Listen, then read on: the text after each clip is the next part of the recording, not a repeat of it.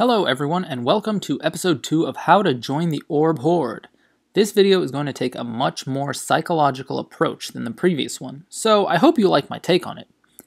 Before we start this video, however, I want to direct you over to Patrick Waddingham's channel, aka Deltran. We had a nice long chat about Fire Emblem Heroes, soloing, orb hoarding, and talking about builds, so make sure you go check that out.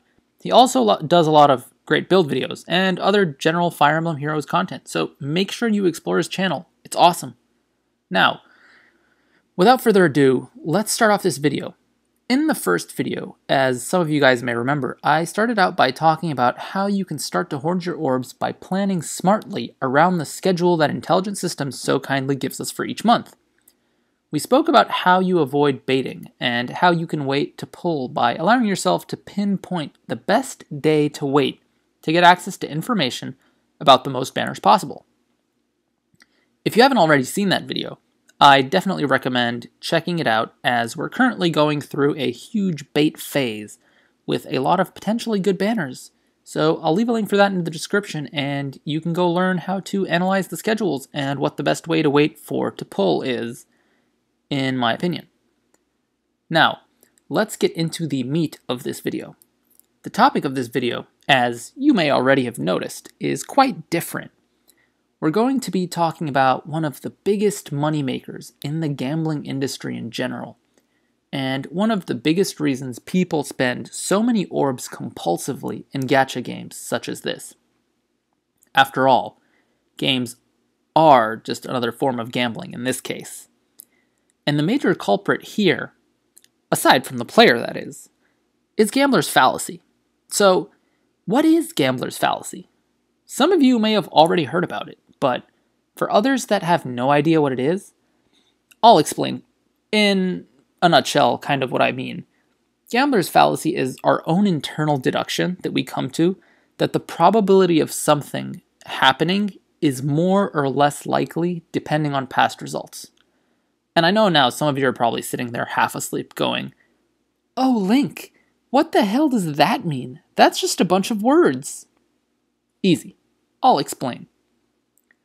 Let's take the most common test of chance known to mankind. The coin flip. Everyone knows that there's two sides to every coin.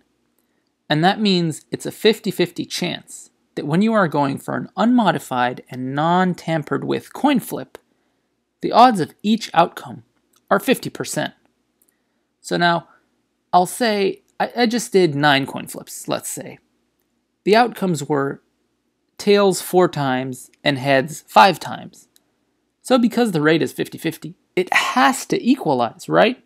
The next one is surely going to be tails, since it's a 50-50 chance. So I'll put my money on tails, and that way I have a better chance of winning, right? Wrong. Absolutely, positively, no doubt about it, in this world or the afterlife, you are 1000% wrong. The chance of it being tails, in this case, is exactly the chance it was before we started flipping the coin. It's still 50%. Now, I'm sure you're all looking at me like I'm stupid and saying, "But Link, who cares about a coin flip? This is Fire Emblem Heroes we're talking about." Great. In that case, let's apply this concept to Heroes. Let's take a look at the rates on this current Era banner then. Fitting that this banner comes around just as I release a How to Hoard video. IS knows I wanted her so badly and didn't get her, and now they're trying to bait me. Nice try. But I digress. Back to the rates. First of all, they have this age-old trick of giving you multiple rates. So let's look at this here. 5-star focus, 3%. 5-star, 3%. 4-star, 58%. 3-star, 36%.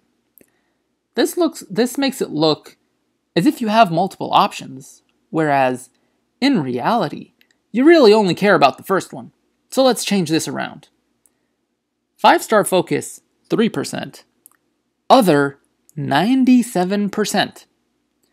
Does that start to change your mind a little bit now that you look at a drastically different sort of weighting? No? Alright then, let's quick maths this. 3 out of 100, or 3%, is approximately 1 out of 33. This means that you technically should get a 5-star focus unit once in every 33 pulls, which is about 165 orbs. But I know there's pity rate, so let's put that aside because it complicates things and doesn't really take away from my point. But anyways, now that we have that raw rate of 3% or 1 in 33, let's look at our orbs and say I have 200, just for sake of example here. Great. That means since I have enough for more than 33 pulls, I should be on point to get a 5-star banner unit, right? Wrong. What this number means, if you flip it, is you have a 97% chance of failing each and every time you pull. Now, I don't know about you, but if someone told me that I have a 97% chance to fail at something, I wouldn't bet my money on it. And in this case, that's kind of exactly what you're doing. You're betting money, or in-game currency, on 97% chance of failing. But none of this matters, because in our brain, we are hardwired to believe that because it says 1 in 33, then we have to keep going until all 33 are done, which, totally fine. If that's what you want to do, then go for it. But what if you don't get it? Then you start thinking, oh, it must be just around the corner now. Or, oh, I'm due for a 5-star any pull now.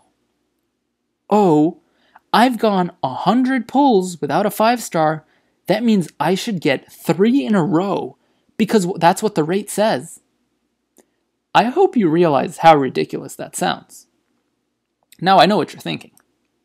But Link, these are computer-generated numbers. They can't be incorrect because they're engineered to be that accurate. And then, of course, there was some guy the other day that told me, if you do this 1 billion times, then the odds will have to normalize to what is represented. I'll let that sink in. We're talking about a gacha. You can feel free to go do billions of dollars worth of pulls and prove me wrong, buddy. I'll be waiting right here with my 1300 orb hoard. Thank you very much. Anyways, I'm typing this out in Word, and I just hit page 3, so I think this might be getting too long. And yes, this is scripted this time. Because why not? Anyways, my point is, do not pull as if you are guaranteed anything. You are guaranteed nothing. As a matter of fact, your chances of winning, as opposed to losing, are so minuscule, they're not even worth trying to mention. And I know this might be me sounding like I'm trying to discourage you from pulling. I'm not. But can it happen? Sure. Is it likely to happen? Most definitely not. The rates are slim. So I suppose now to tie this into the series of hoarding and why you should actually stockpile your orbs, because it might seem like these are a bit fragmented thoughts, but pulling impulsively is kind of what I'm trying to get at. Pulling impulsively depletes you of orbs and doesn't let you have that many attempts at the 5-star you want, especially since the odds are so slim. But to stand any chance at defying these slim odds, you need as many attempts as possible. And to get those attempts, you need orbs. So my advice, unless you want a whale, is hoard until it's something you definitely want. And don't pull across multiple banners impulsively because you're quote-unquote due a 5-star. You're not. Life isn't fair. And if you're lucky, you get barbecued to death early on in your life and will be a meme for the rest of eternity. If you're lucky. I know this may have been a bit on the long side when I was actually typing it, but I suppose it turns out it's shorter than my previous one, so I guess that's a win-win for me. Anyways, if you like this type of rambling and analytical thinking, make sure to check out my first video, which is around the same length, maybe a bit longer, and it's more around planning ahead as opposed to gambler's fallacy and psychological things. And if you have any other friends who you think may have a gambling problem, share it with them. I don't know. Maybe it'll help. Maybe. I'll be doing more of these, and tackling some more psychology and philosophy and how they're embedded with human behavior and gacha games. So stay tuned for the next one. And also, don't forget, like I mentioned in the beginning of the video, my talk with Patrick Waddingham, aka Deltran. So make sure you go check that out. It's supposed to be out around the same time as this video is out, so check that out. Check out his channel. It was super fun to talk with him and collaborate with him, and he's a great guy. So with that said, this grill master has another barbecue to attend to. So I will see you all in the next video. What's your gambit?